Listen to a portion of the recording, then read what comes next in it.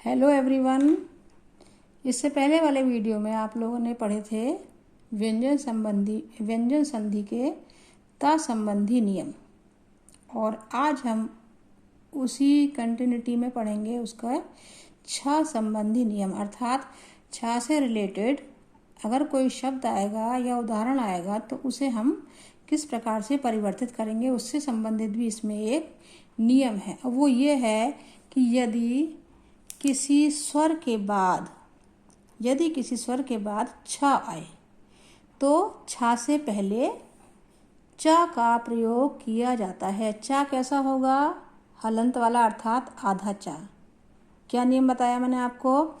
यदि किसी स्वर के बाद यानी प्लस से पहले स्वर हो और प्लस के बाद क्या आए?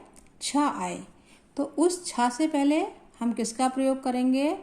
आधे च का। देखिए जैसे उदाहरण लिखा है आपका अनु प्लस छेद। अब प्लस से पहले क्या आया है? अनु में उ है और बाद में क्या आया है? छ आया है। यही नियम है कि यदि किसी स्वर के बाद, स्वर क्या है यहाँ पर? उ की मात्रा अर्थात उ, छोटा उ, और स्वर के बाद छ आए, स्वर के बाद छ आया है, तब क्या होगा? छ से पहले, इस छ से पहले आधे च का प्रयोग किया जाएगा। देखिए तभी आपका शब्द बना है अनुच्छेद। बस आपको नियम याद रखना है। नियम यही है कि किसी स्वर के बाद अगर छ आता है तो छ से पहले हम आधे च का प्रयोग करेंगे। देखिए इन सभी उदाहरणों को हम इस तरह से समझ लेते हैं। मैंने थोड़ा से पहले लिख लिए हैं जिससे कि आप लोगों का समय बच जाए और मैं छ संबंधित नियम के बाद एक दूसरा नियम भी आपको समझा सकूं। यहाँ पे देखिए उ आया है, उ और उ के बाद क्या आया है? छ आया है, तो इस छ से पहले आधे च का प्रयोग किया जाएगा। इसीलिए यहाँ पे आपको शब्द क्या मिलेगा? अनुच्छेद। ये आपका शब्द बना अनुच्छेद, जिसे हम कहते हैं पैरा। अब देखिए आप, नेक्स्ट है आपका छत्र प्लस छाया। यहाँ पे स्वर क्या है? छत्र में आपको मालूम होगा त्र के बाद आ जुड़ा हुआ है, आ स्वर है, छोटा आ है, और यहाँ छ आया है। इसका मतलब स्वर के बाद जब छ आएगा तो छ से पहले आधा च प्लस कर दिया जाएगा। इस नियम के अनुसार, छ संबंधी व्यंजन संधि के नियम अनुसार शब्द बना आपका छत्र। कुछ नहीं करना है, केवल नियम को देखना है। उसके बाद आपको उस शब्द में छ से पहले आधा च लगा देना है। मुझे लगता है व्यंजन संधि में सबसे आसान नियम यही है, क्योंकि आपको इसमें परिवर्तन कहीं भी कुछ नहीं करना है। केवल नियम को देखते हुए आपको छ से पहले आधा च प्लस कर देना है। देखिए वी प्लस छेद, वी में स्वर है आपका छोटी ई, और छ से पहले आप च लगाएंगे तब क्या बनेगा? विच्छेद। शब्द बन गया आपका विच्छेद। ऐसे ही है परिच्छेद। यहाँ स्वर है छोटी ई और आया है छ, तो शब्द बन जाएगा छ से पहले आधा च लगाएंगे तो परिच्छेद। बहुत आसान नियम है ये। केवल आपको देखना है कोई स्वर, किसी स्वर के बाद छ है या नहीं है। अगर स्वर है यहाँ पर और यहाँ छ है तो उससे पहले आप बिना कोई सोचे समझे च लगा देंगे आधा। आ प्लस छादन। आ स्वर है और छ से पहले ये छ आया है तो छ से पहले आधा च लग जाएगा। शब्द बनेगा आच्छादन। लक्ष्मी प्लस छाया। यहाँ स्वर है आपका बड़ी ई और छ आया है बड़ी ई के बाद। शब्द बन जाएगा लक्ष्मी छाया। सेम ऐसा ही है पद प्लस छेद। अब पद में आपको स्वर दिखाई दे रहा है छोटा आ। आपको मालूम है कोई भी व्यंजन स्वर के बिना उच्चारित नहीं होता। अगर कोई संपूर्ण व्यंजन है उसके नीचे हलंत नहीं लगा है, इसका मतलब उसके अंत में स्वर है और वो स्वर सहित व्यंजन ही व्यंजन होता है, ये आपको मालूम है। तो इसका मतलब प द अ, दा में क्या है, आ छुपा हुआ है, यहाँ पे स्वर हुआ आ, उसके बाद आया है छा, इसलिए छा से पहले हम चा का प्रयोग करेंगे। शब्द बन जाएगा आपका पदच्छेद। सबसे आसान और केवल याद रखना है आपको, स्वर, स्वर के बाद छा अगर है तो उससे पहले आप चा जोड़ देंगे। ये हुआ आपका व्यंजन संधि का छ संबंधी नियम। जो आपने इससे पहले ता संबंधी नियम पढ़े उसमें तो बहुत सारे अलग अलग तरह से ता का प्रयोग किया गया था कि अगर इन वर्णों के ता बाद ता आए तो ता का ये इस रूप में परिवर्तन होगा, ये शब्द आए, ये वर्ण आए तो इस रूप में परिवर्तन होगा। जबकि इसमें ऐसा कुछ भी नहीं है, केवल एक ही नियम है, स्वर के बाद अगर छा आता है तो छा से पहले आधा चा जोड़ दिया जाता है, केवल इतना सा नियम है। अब देखिए इसी के आगे एक नियम और है, म संबंधी नियम। म संबंधी नियम में क्या है,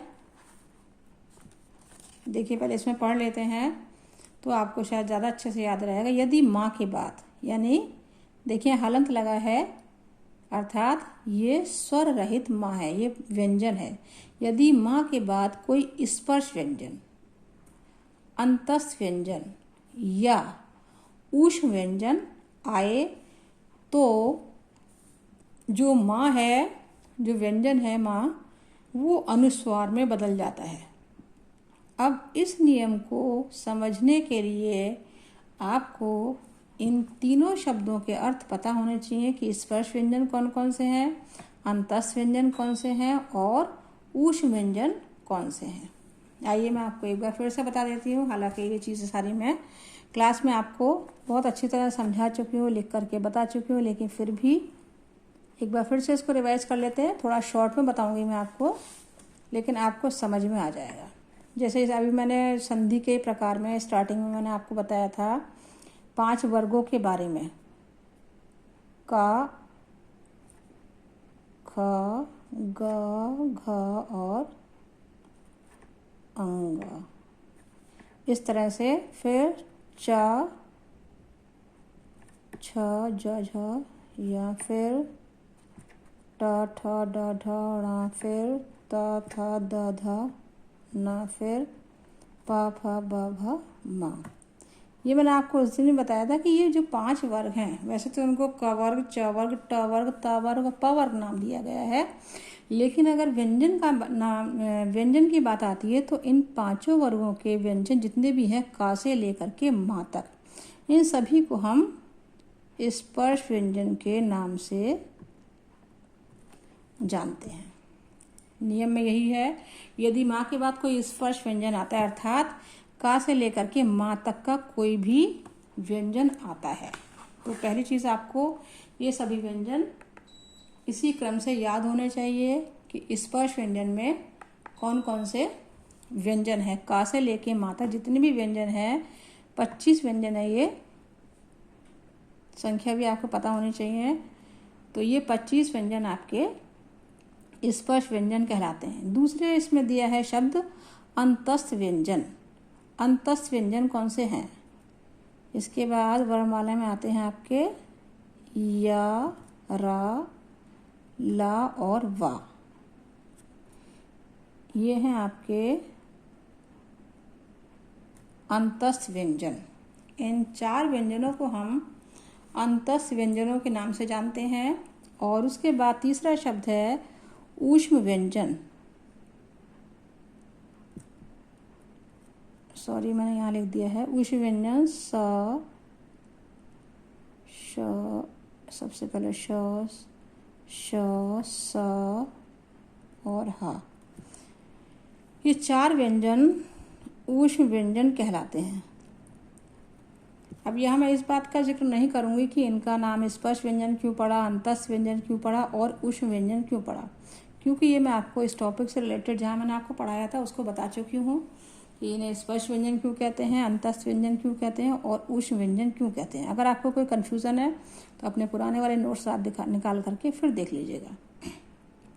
तो यहाँ हम बात करेंगे यदि माँ के बाद कोई स्पर्श व्यंजन आता है, अर्थात का से माँ तक का कोई व्यंजन आता है, या फिर अंतस्थ व्यंजन आते हैं, ये 4 व्यंजनों में से कोई व्यंजन आता है, या फिर ऊष्म व्यंजन आते हैं, श, श, स और हा।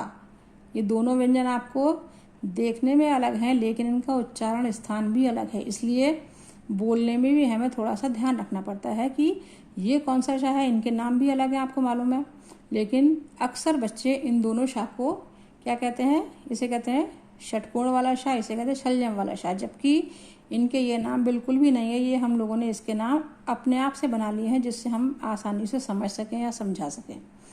इसका नाम है मूर्धन्य शा और इसका नाम है तालव्य शा, ये है दंत्य शा और ये है हा। तो ये बच्चों का से लेके माँ तक य, लावा और श, श, स और हा, ये 4 ऊष्म व्यंजन, 4 अंतस्थ व्यंजन और 25 आपके स्पर्श व्यंजन यदि आते हैं माँ के बाद, तब माँ अनुस्वार में बदल जाता है। अनुस्वार किसे कहते हैं, क्या आपको मालूम है? ये भी मैं आपको बता चुकी हूँ, लेकिन फिर भी मैं आपको बता देती हूँ। यहाँ पे अनुस्वार मतलब जिन शब्दों के ऊपर हम अंकी बिंदी लगाते हैं, जिसे हम अपनी भाषा में अंकी बिंदी बोलते हैं। तो देखिए, अंकी बिंदी अर्थात अनुस्वार, इसको हम हिंदी की भाषा में अनुस्वार कहते हैं। अब देखिए, इससे रिलेटेड उदाहरण कौन कौन से हैं। नियम क्या बताया मैंने आपको, यदि माँ के बाद कोई स्पर्श व्यंजन आए, अंतस्थ व्यंजन आए या ऊष्म व्यंजन आए, तो माँ अनुस्वार में बदल जाता है। अब यहाँ देखते हैं किस व्यंजन के बाद कौन सा व्यंजन आया है। यहाँ पे आपका म आया है और माँ के बाद का आया है। देखिए, का, अगर आप कोई व्यंजन याद हो गए तो का आपका स्पर्श व्यंजन का पहला ही वर्ण है। माँ के बाद स्पर्श व्यंजन आया है, इसलिए माँ किस में बदल जाएगा, अनुस्वार में, अर्थात अंकी बिंदी में बदल जाएगा। यह अंकी बिंदी शब्द मैं आपको समझाने के लिए बोल रही हूँ, वैसे इसको आप अनुस्वार ही कहेंगे। तो शब्द आपका क्या हो जाएगा, माँ किस में बदल गया, अंकी बिंदी में। अब ये आपको पता है अंकी बिंदी बदला है, इसका मतलब उससे पहले ही लगेगा माँ से, माँ अपने स्थान से हट करके उससे पहले वाले वर्ण पर आ जाएगा। शब्द हो जाएगा शम कर। वैसे हम लोग बोलते हैं शंकर शंकर, शंग अंग, है ना। अब देखिए, इसमें अंगा की आवाज़ आ रही है। जो श का, माँ का जो अंतिम वर्ण है, शा का जो अंतिम वर्ण है, उसी की आवाज़ आ रही है अंगा की। का अंतिम वर्ण, सॉरी, का जो अंतिम वर्ण अंगा है, उसी की आवाज़ आ रही है शंकर, शंकर। दूसरा है आपका घम प्लस टा। यहाँ पे भी माँ के बाद टा आया है। आपको याद है कि टा भी आपका स्पर्श व्यंजन ही है, इसलिए यहाँ पर माँ के स्थान पर भी टा हो जाए, माँ के स्थान पर भी अनुस्वार हो जाएगा। शब्द हो जाएगा हमारा घमटा।